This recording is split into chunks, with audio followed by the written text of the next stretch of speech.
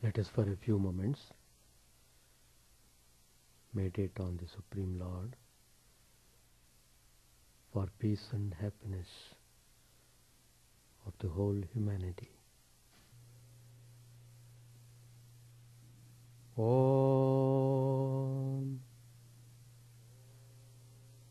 Stapakaya cha dharmasya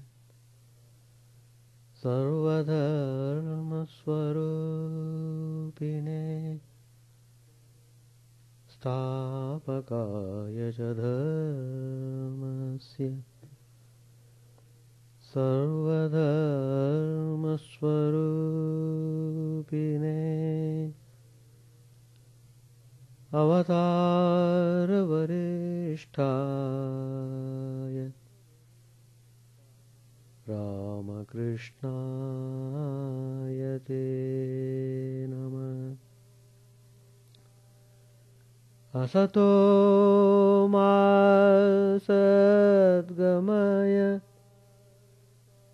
Tamaso Ma Jyotirgamaya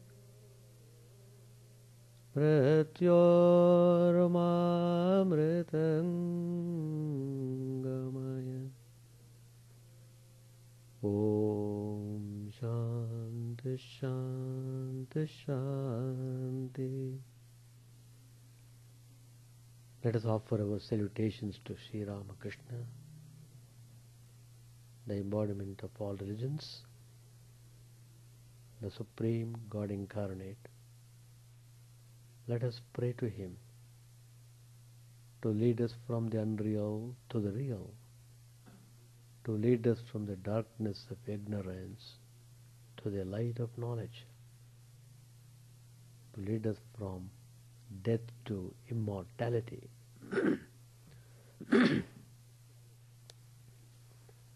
We have been discussing topics taken from the Gospel of Sri Ramakrishna. Sri Ramakrishna's profound teachings. Every page, every sentence, every word in the Gospel is very significant.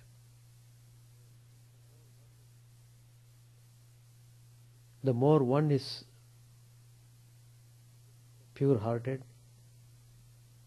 simple, guileless, the more he understands the significance of Sri Ramakrishna's teachings in the Gospel.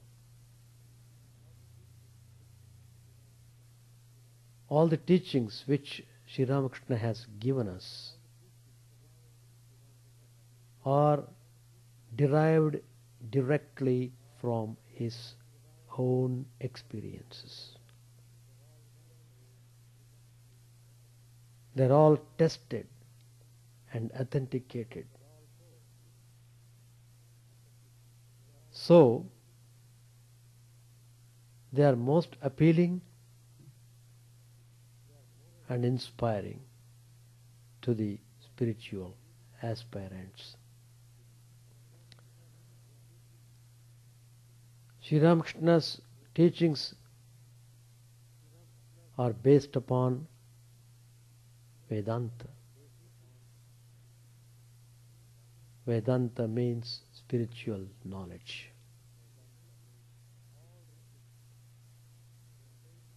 All religions, they aim at knowledge. That knowledge is called Vedanta. So, in Vedanta, there is total unification. All get united there and present as one only. All the differences are resolved once and for all. That is the absolute state of bliss, absolute state of God. When once a person reaches that highest state, he feels he is none other than that supreme being. So, Vedanta is compared to ocean. Satchidananda Sagara it is called.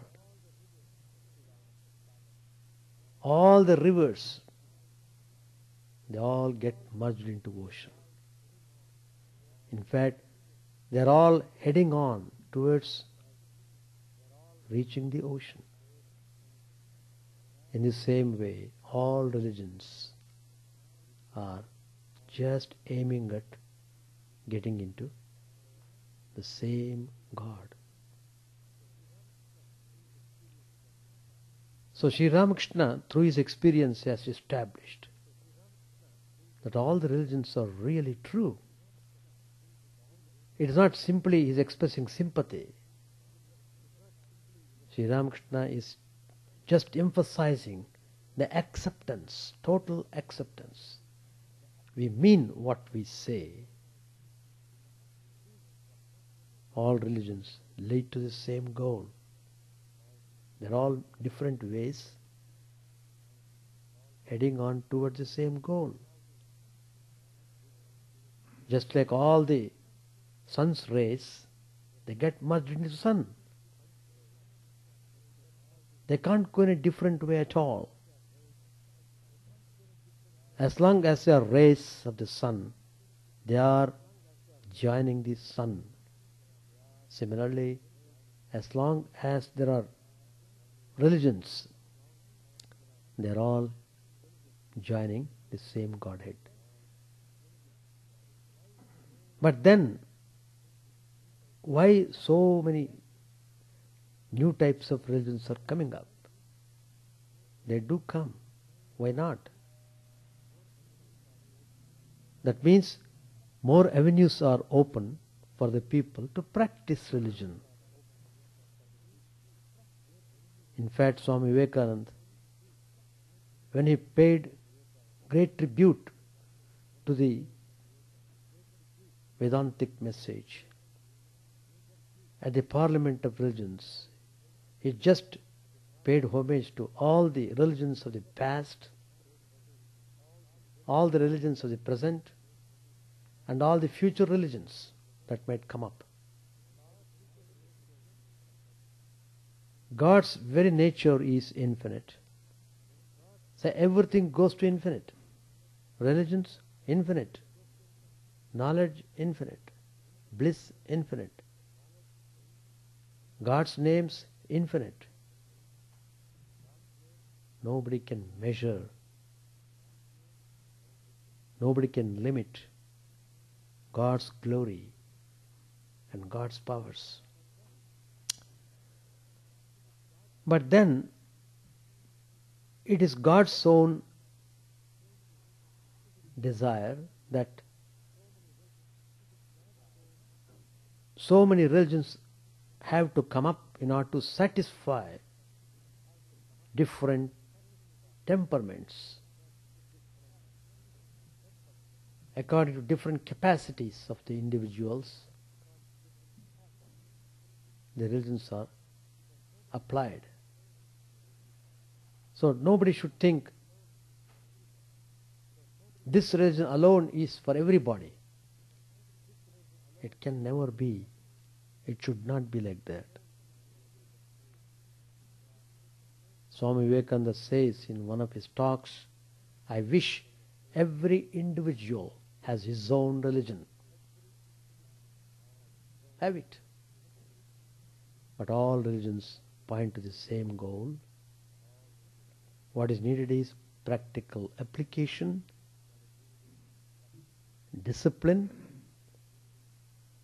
and experience. Never to waste time in anything else, in simply making debate over the themes which are correct, which are superior, etc. There is no question of superiority, inferiority. Some paths are very shortcut. Some paths are very long. Some paths are very fast. Some paths are very slow. But what is needed is a person, whatever path he takes, he should march, keep on marching, never to stop. That's what is needed. So, Sri Ramakrishna, once talking to a Pandit, he said,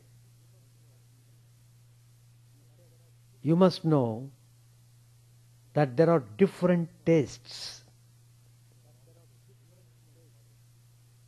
There are also different powers of digestion.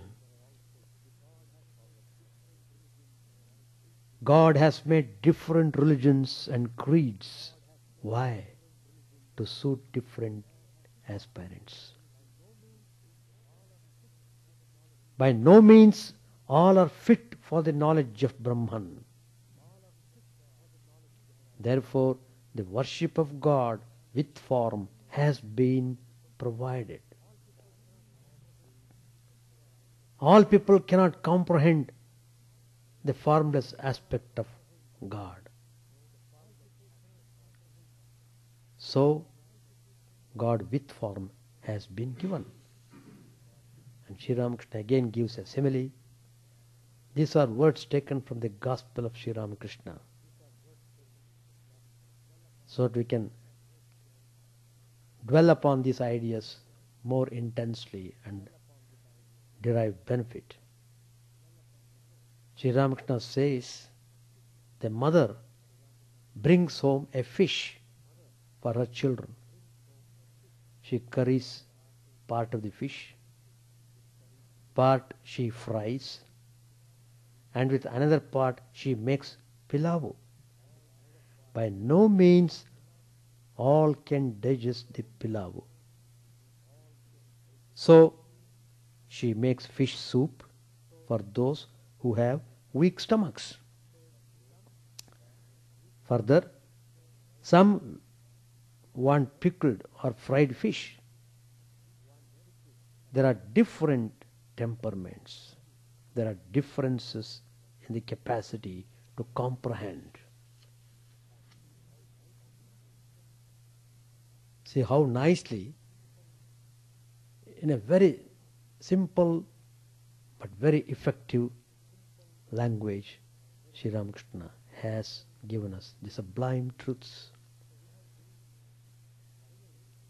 So we have to really contemplate on these ideas seriously and sincerely. Then the conflict can never come. It should not come. That's what Sri Ramakrishna wants his students to cultivate. Swami Vivekananda said, Sri Ramakrishna generally used to teach dualism. Many aspirants would come with many temperaments. In fact, Sri Ramakrishna would tell some pointedly, you worship Lord Shiva, and would inquire further, you follow this way, you read this book, do it properly. And when next time when that person visits Master, the Master would ask further questions whether that person was following his instructions properly. And for some people, Sri Ramakrishna definitely would direct them to worship Mother Kali, Mother Durga. And for some people, Sri Ramakrishna would say, adore Lord Krishna. And for some, he would say, worship Sri Ramchandra. So, Sri Ramakrishna could read the people's minds, could understand their inherent tendencies by just looking at them. It is an open book for Sri Ramakrishna. Nobody can hide anything. Everything, all the secrets totally revealed when the person sees Sri Ramakrishna. And when Sri Ramakrishna looks at him, he knows everything about that person. And so his instructions would clearly point out how that person should develop his spiritual life. So, as a rule, he never taught Advaitism. Generally, he would dwell upon worshipping gods and goddesses. Then Swami Vivekananda tells further, but Sri Ramakrishna taught Advaita to me.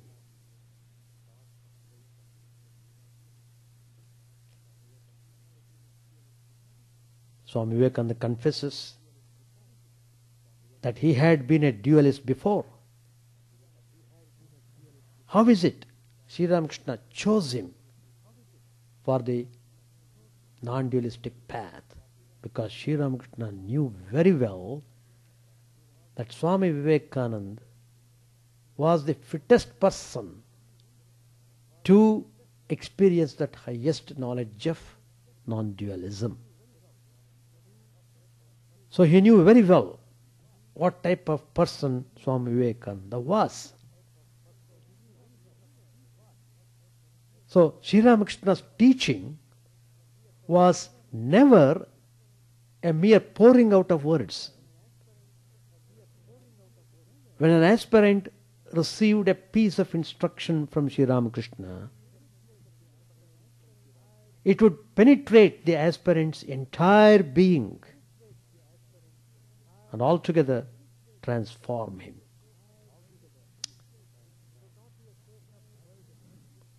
It would not be a case of words entering through one ear and passing away out through the other ear. It is not like that. Sri Ramakrishna's counsel was always living and vital and was the best suited to the recipient. So among his chosen disciples, the primary disciples, the innermost disciples,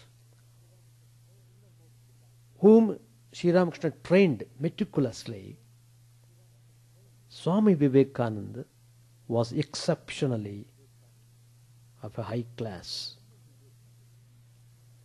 Sri Ramakrishna knew this, and his dealings with Swami Vivekananda were naturally of a unique kind. Sri Ramakrishna had some books in his room. Among them, there was a particular book which deals with high non-dualism.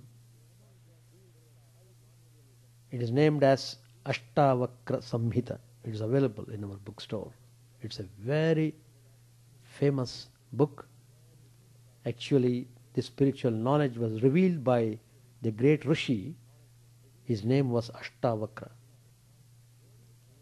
This text is meant for very advanced Gyanis to read and meditate.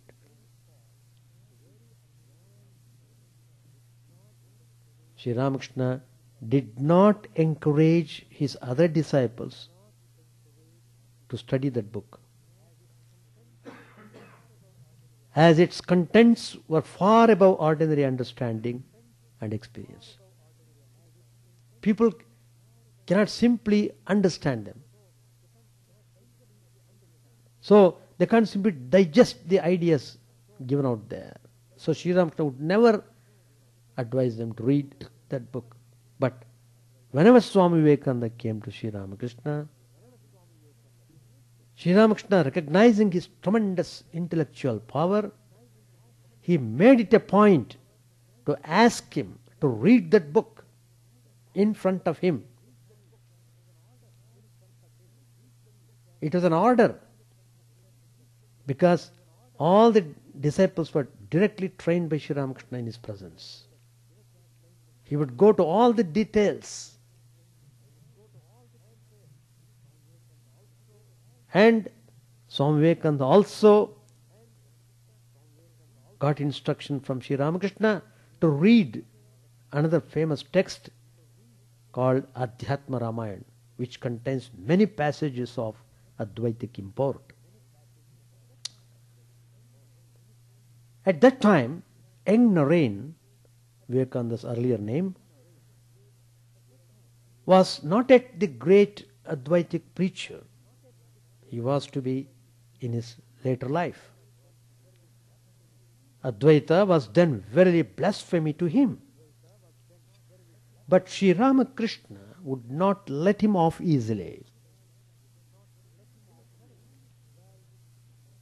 He would tell him, well, you need not read the book for yourself. Read that book a little to me. I want to hear. And the Swami Vivekananda had to read out the passage suggested by Sri Ramakrishna. So Advaitic truths got implanted in Swami Vivekananda that way. The truths, of course, fell on the fertile ground. Whatever Sri Ramakrishna said or did had always a deep significance and import in respect of man's spiritual unfoldment. This incident has a lesson for those of us who take to the study of monastic philosophy. Most of us take to it as an intellectual pastime. While this is desirable in its own way, the essential thing is to cultivate anubhava, experience, which is felt experience and tangible actualization. Sri Ramakrishna's calculated reservation of the Ashtavakra Samhita for special study by Swami Vivekananda carries with it the lesson that in the absence of the right qualification, the mere reading through a classical philosophical treatise will not produce any lasting beneficial result.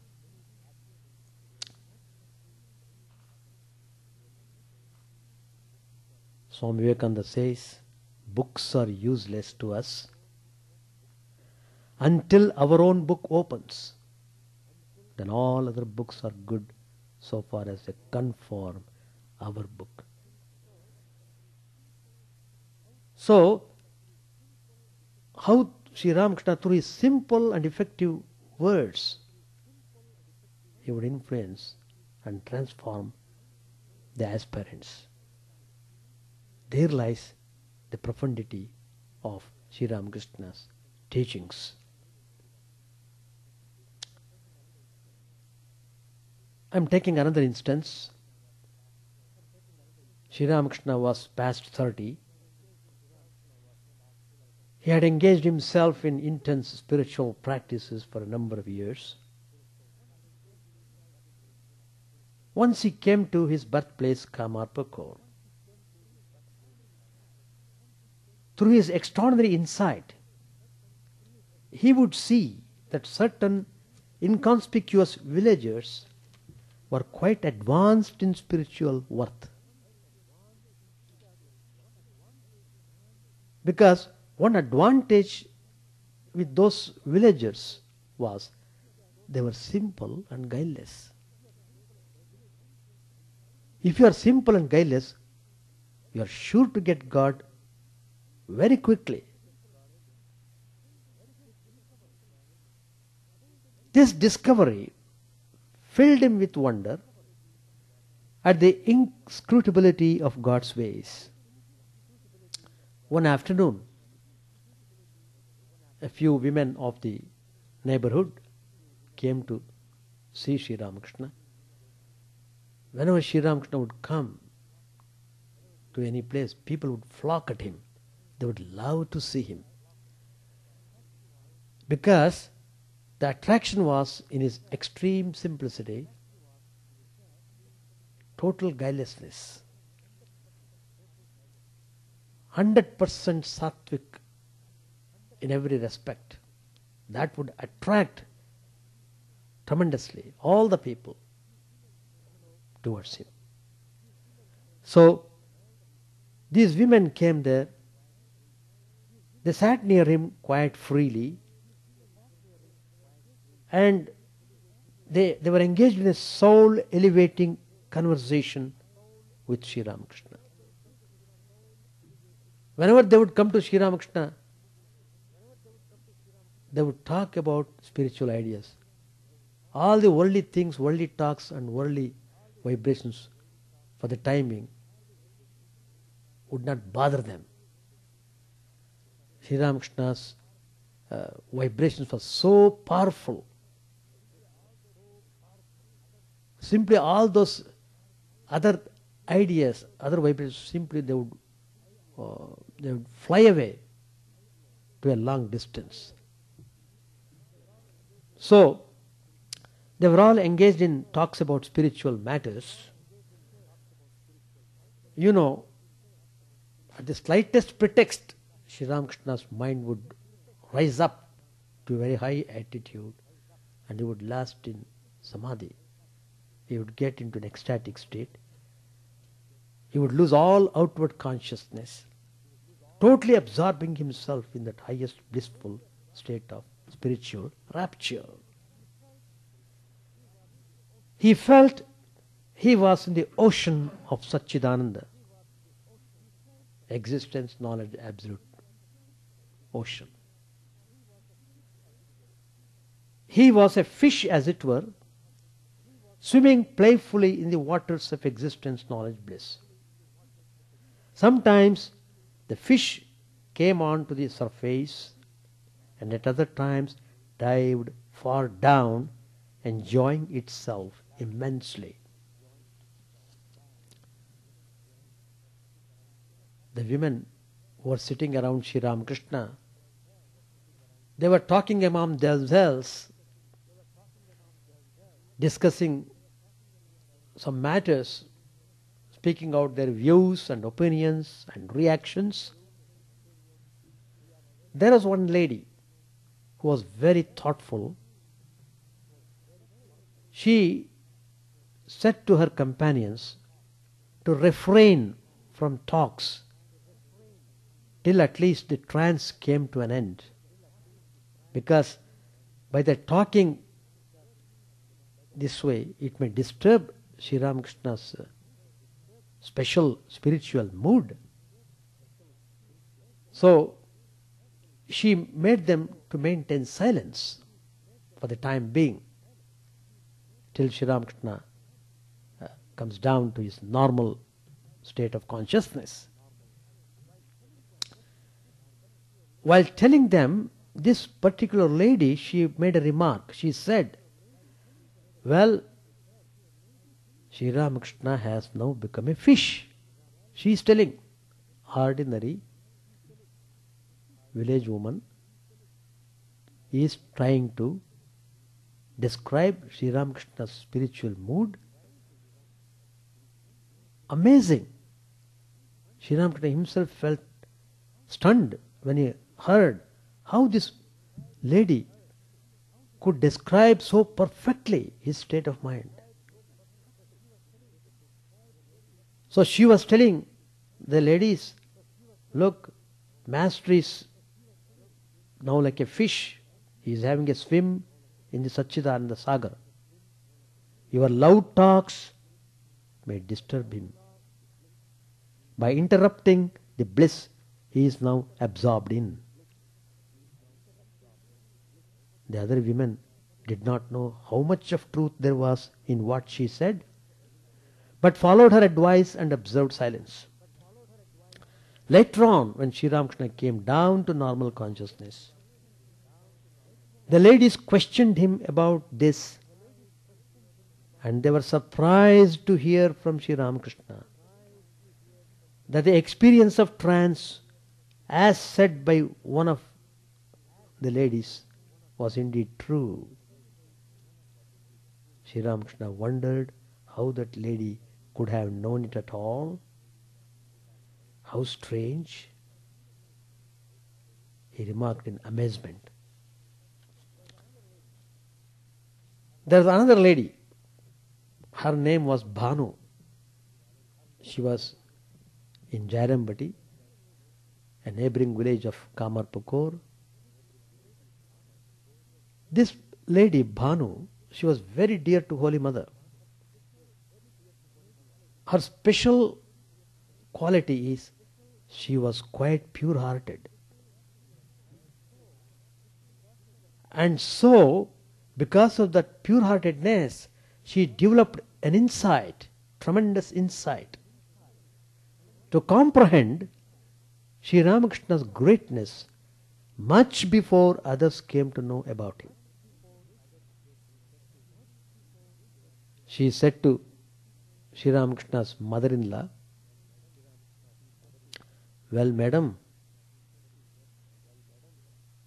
your son-in-law is not ordinary at all. He is Lord Shiva. He is none other than Lord Krishna himself. You may not believe me now, but I tell you, you will believe me in future." Bhanu was able to recognize, even in those early days, in her own way, that Sri Ramakrishna and Holy Mother were like Shiva and Parvati. The villagers of her day considered Bhanu a little too emotional, and so they did not pay much seriousness to what she said. But now we know something of the divine glory of Sri Ramakrishna and Holy Mother. We cannot but marvel at Bhanu's foresight and intuition.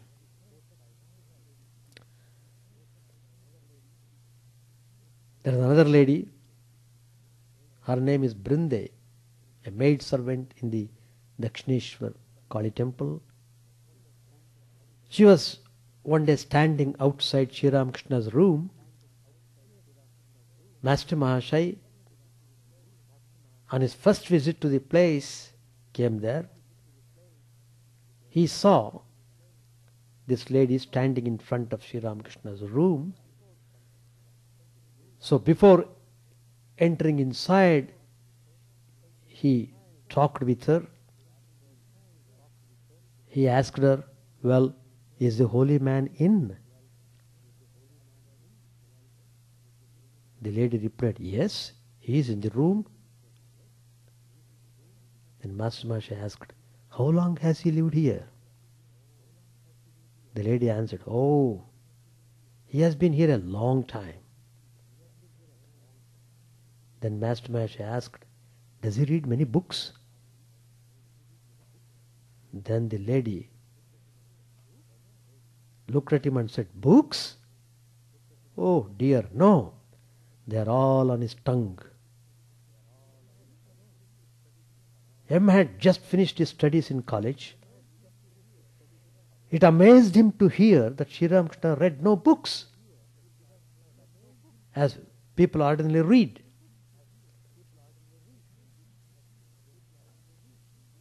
Then again M said, "Perhaps it is time for his evening worship. May we go into the room?" He had come with another friend. "Will you please tell him we are anxious to see him?" Then again the lady answered in a straightforward way, "Go right in, children. Go in and sit down." Now what was it that enabled this maidservant to speak so heartily about Sri Ramakrishna's unlearned wisdom, and to so very warmly encourage the earnest seekers of his company to approach him freely. Romarola, the famous French author who has written a book on Sri Ramakrishna, his reply is very significant. He says, these simple peasants were nearer by their very simplicity to the profundity of Sri Ramakrishna's beliefs than the doctors of the town and the devotees of the temples.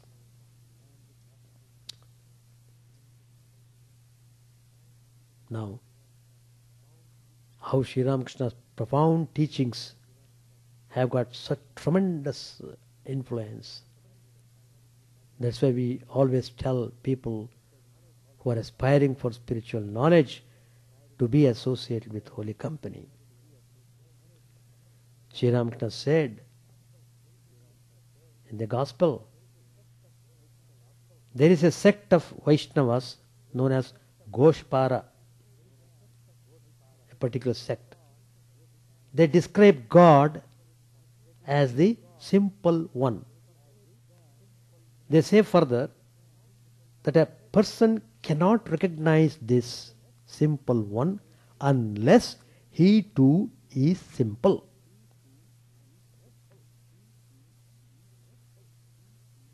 Sri Ramakrishna tells these things in the Gospel. Again he said, what is knowledge and what is ignorance? A man is ignorant so long as he feels that God is far away. He has knowledge when he knows that God is here and everywhere. When a man has true knowledge, he feels that everything is filled with consciousness. And Sri Ramakrishna said, at Kamarpukur, I used to talk to Shibu, a boy who was of 4 or 5 years of age. When the clouds rumbled and lightning flashed, this boy would say to me, there uncle, they are striking matches again. One day I noticed him chasing grasshoppers by himself. The leaves rustled in the nearby trees. The boy said, hush, hush. He said to the leaves, I want to catch the grasshoppers, the glowworms. He was a child and saw everything throbbing with consciousness. Then Sri Ramakrishna tells, one cannot realize God without the faith that knows no guile, the simple faith of a child. So, to be simple means to be free from egoism, boasting, vanity. You have to crush them. Ego is a stumbling block in our spiritual path. So the worst enemy is your ego. You can conquer all the enemies on the way. The last enemy, very terrible to tackle, is your ego. But you have to conquer that ego. That means you must become totally simple. When you are simple, then only you can surrender. When you surrender, God should certainly reveal himself to you. See how Sri Ramakrishna's teachings are so profound, simple, inspiring, very effective.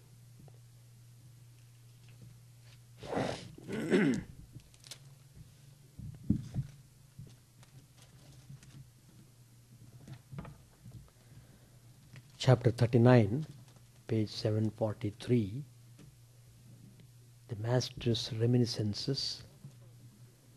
Sri Ramakrishna was sitting with the devotees in Balram's drawing room in Calcutta M arrived at 3 o'clock. Girish, Balram, the other devotees were there. Shortly, Trailokya Sanyal, Jayagopal Sen, and other members of the Brahma Samaj arrived. Many women devotees were present also, seated behind a screen. Among them was Mohini's wife, who had almost gone insane on account of her son's death. There were a few other afflicted souls like her who used to visit the Master to obtain peace of mind. Sri Ramakrishna was describing to the devotees the various incidents of his sadhana and the phases of his spiritual realization. Master said, during my sadhana, when I meditated, I would actually see a person sitting near me with a trident in his hand. He would threaten to strike me with the weapon unless I fixed my mind on the lotus feet of God, warning me that it would pierce my breast if my mind strayed from God. The Divine Mother would put me in such a state that sometimes my mind would come down from the Nitya to the Leela, and sometimes go up from the Leela to the Nitya. Sometimes when the mind descended to the Leela, I would meditate day and night on Sita and Rama. At those times I would constantly behold the forms of Sita and Rama. Ramalala, a metal image of the boy Rama given to Sri Ramakrishna during his sadhana period by a Vaishnava saint. Ramalala was my constant companion. Sometimes I would bathe him and sometimes feed him. It was not simply metal image. It was living. Again, I used to be absorbed in the ideal of Radha and Krishna and would constantly see their forms. Or again, I would be absorbed in Gauranga. He is the harmonization of two ideals, the Purusha and Prakriti. At such times, I would always see the form of Gauranga. Then a change came over me. The mind left the plane of the Leela and ascended to the Nitya. I found no distinction between the sacred Tulsi and the ordinary Sajina plant. I no longer enjoyed seeing the forms of God. I said to myself, they come and go. I lifted my mind above them. I removed all the pictures of gods and goddesses from my room and began to meditate on the primal Purusha, the indivisible Satchidananda, regarding myself as his handmaid. We shall stop here. Now your session will begin. You can ask any questions you want to. And I will try to answer as much as I can. So Sri Ramakrishna's profound teaching, which I talked today, is that be simple, pure-hearted, focus on your spiritual path, never deviate your attention anywhere else, keep talking about anything else. Why do you waste your energy simply talking? That energy you can use in meditating on God, in going through your spiritual discipline more and more. First you concentrate upon realizing the truth. After realizing the truth, you can talk, provided you have got so much ayas. If God makes you to live much more time, if God permits you, then you can talk. Till then, why should you talk? If you talk before realization, it means blind leading the blind. First you realize and then you talk. It will have value. Otherwise it will simply like a pandit, academic pandit. oratorial discourses he can give, but he's a Pandit only without any experience. So it will pass through 1 year and get out through another year. It has no impact on the person at all. After hearing the oratorial speech, if you ask a person, what did he say? He said something. Something? That's all.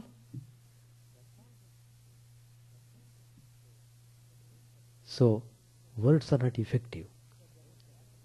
Because they are not backed with experience, They simply talk, ta, ta, ta. Chatting. It's classified as chatting. That's all, finished. It is thrown into the trash bag of chatting. So people talking about spirituality are just like that. Live the life. Be silent. Never talk unless you realize the truth. That's how you should concentrate upon your spiritual disciplines. And you must be serious and sincere. You must be guileless. You must be pure. You must be simple. Cultivate all these qualities. Probably it may take life after life to build up your spiritual personality. Let it take. So many lives you have spent in building up your worldly personality. Should you think that spiritual personality will come immediately because you wanted it?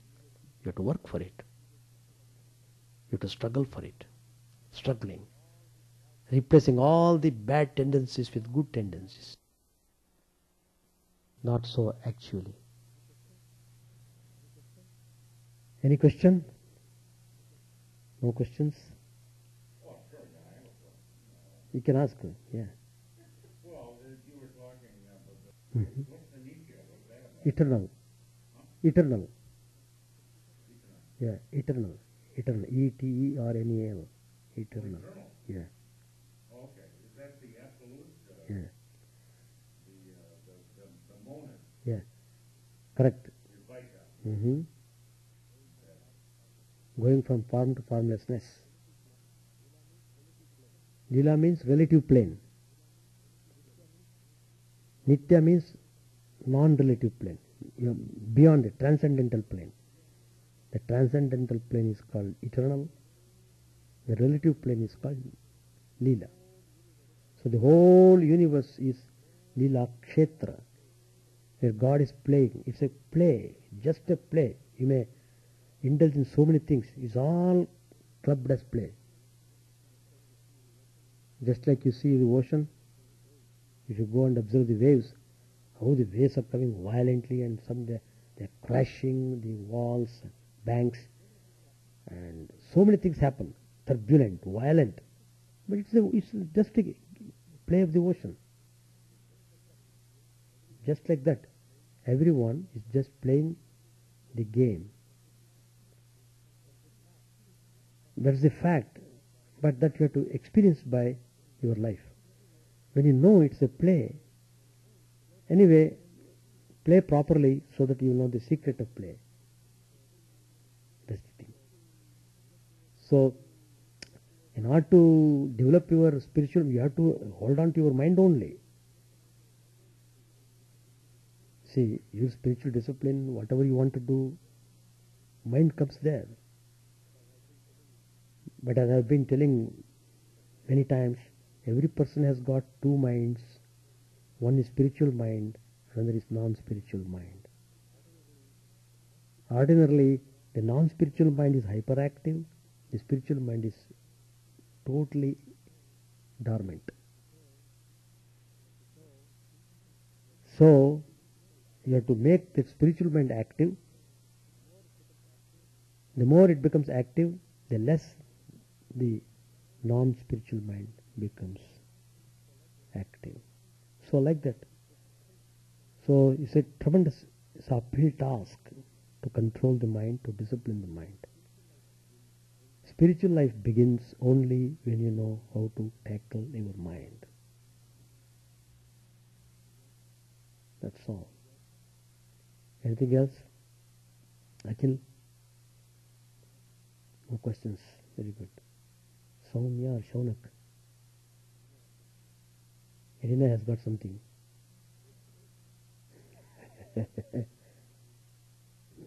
Hmm. We shall stop. Chant the name of the Lord and His glory unceasingly, that the mirror of the heart may be wiped clean and quench that mighty forest fire, worldly lust raging furiously within. O name streams down in moonlight on the lotus heart, opening its curve to knowledge of thyself. O self, drowned deep in the waves of his bliss, tasting his nectar at every step, bathing in his name that path for weary souls. Various are thy names, O Lord, in each and every name thy power resides. No times are set, no rites are needful for chanting of thy name. So vast is thy mercy, how huge then is my wretchedness, who find in this empty life and heart no devotion to thy name. O my mind, be humbler than a blade of grass. Be patient and forbearing like a tree. Take no honor to thyself, give honor to all. Chant unceasingly the name of the Lord. O Lord and soul of the universe, mine is no prayer for wealth or retinue, the playthings of lust or the toys of fame. As many times as I may be reborn, grant me, O Lord, a steadfast love for thee. A drowning man in this world's fearful ocean is thy servant, O sweet one. In thy mercy consider him as dust beneath thy feet. Oh, how I long for the day when an instant's separation from thee, O Lord, will be as 1,000 years, when my heart burns away with its desire, and the world without thee is a heartless void. Prostrate at thy feet let me be in unwavering devotion, neither imploring the embrace of thine arms, nor bewailing the withdrawal of thy presence, though it tears my soul asunder. O thou who stillest the hearts of thy devotees, do with me what thou wilt, for thou art my heart's beloved, thou and thou alone. O Lord, lead us from the unreal to the real, lead us from darkness to light, and lead us from death to immortality. May all be free from dangers, may all realize what is good, may all be actuated by noble thoughts, may all rejoice everywhere, may all be happy, may all be free from disease, may all realize what is good, may none be subject to misery. May the wicked become virtuous, may the virtuous attain tranquility, may the tranquil be free from bonds, may the freed make others free. May good betide all people, may the sovereign righteously rule the earth, may all beings ever attain what is good, may the worlds be prosperous and happy, may the clouds pour rain in time, may the earth be blessed with crops, may all countries be freed from calamity, may holy men live without fear. May the Lord, the destroyer of sins, the presiding deity of all sacred works, be satisfied, for he being pleased, the whole universe becomes pleased. He being satisfied, the whole universe feels satisfied.